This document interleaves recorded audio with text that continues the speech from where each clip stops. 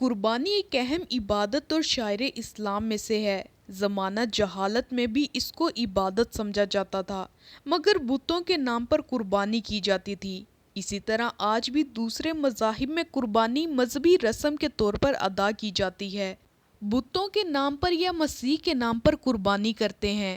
قربانی کرنا اللہ پاک کو بہت پسند ہے، اور قربانی کرنے کا ثواب یہ ہے کہ جانور کا خون زمین پر گرنے سے پہلے قربانی کرنے والے شخص کے تمام گناہ اللہ پاک معاف فرما دیتا ہے۔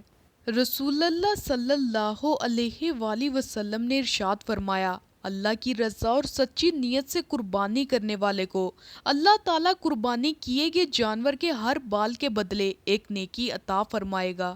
بقرہ عید ذی الحج کے مبارک مہینے میں منائی جاتی ہے، اور یہ مہینہ اللہ کو عام مہینوں سے زیادہ محبوب ہے، اور بقرہ عید اسی مہینے کی 10ویں تاریخ کو منائی جاتی ہے جس دن قربانی کی جاتی ہے، اور یہ دن اللہ کو عام دنوں کے مقابلے میں زیادہ افضل اور بہت پسند ہے۔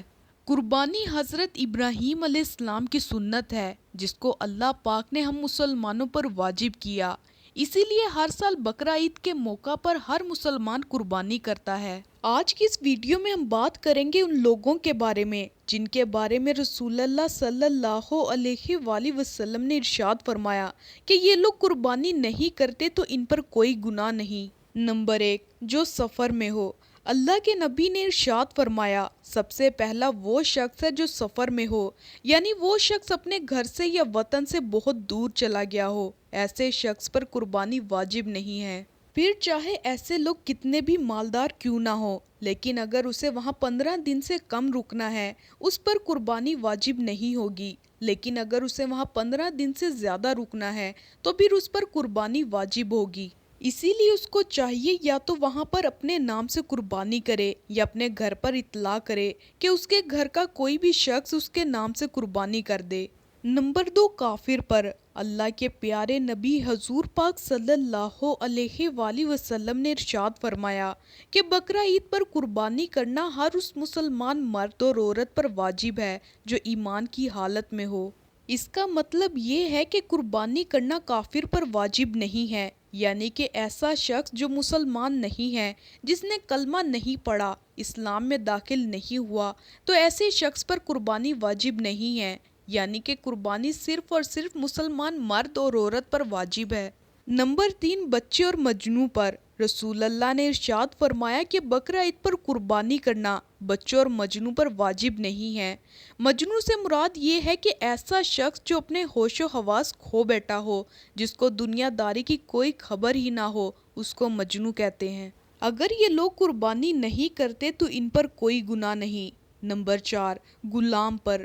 رسول اللہ صلی اللہ علیہ وآلہ وسلم نے ارشاد فرمایا کہ بقرہ عید پر قربانی کرنا غلام پر واجب نہیں ہے، یعنی کہ ایسے لوگ جو کسی کے غلام ہیں یا کسی کی غلامی کر رہے ہیں تو ایسے لوگوں کو بھی قربانی کرنا معاف ہے۔ اگر یہ لوگ بھی قربانی نہیں کرتے تو ان پر کوئی گناہ نہیں، لیکن اگر یہ لوگ عید پر جانور لا کر اس کی قربانی کر دیتے ہیں تو ایسے لوگوں کو اللہ تبارک تعالیٰ خوب اجر دے گا۔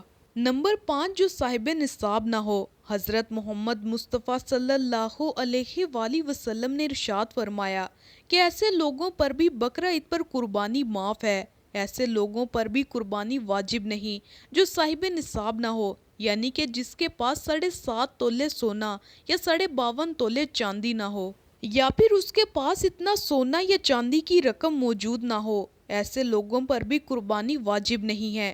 اس کا مطلب یہ ہے کہ جس کے پاس رہنے کا مکان، کھانے پینے کا سامان، استعمال کے کپڑے اور روزانہ استعمال کی جانے والی چیزوں کے علاوہ 7.5 تولے سونا اور 52 تولے چاندی کی رقم موجود نہ ہو، ایسے لوگوں پر قربانی معاف ہے۔ بس آپ دھیان رکھیں کہ قربانی اسی شخص پر واجب ہے جو صاحب نصاب ہو۔ ایسے لوگوں کو ہر سال عید کے موقع پر قربانی کرنا ضروری ہوتا ہے۔ ایسے لوگ اگر قربانی نہیں کرتے تو یہ لوگ سخت گناہ گار ہوتے ہیں۔ احادیث مبارکہ میں آیا ہے کہ رسول اللہ صلی اللہ علیہ وآلہ وسلم نے ارشاد فرمایا، اللہ تبارک تعالیٰ کو قربانی کے دن قرب کرنا بہت پسند اور محبوب ہے۔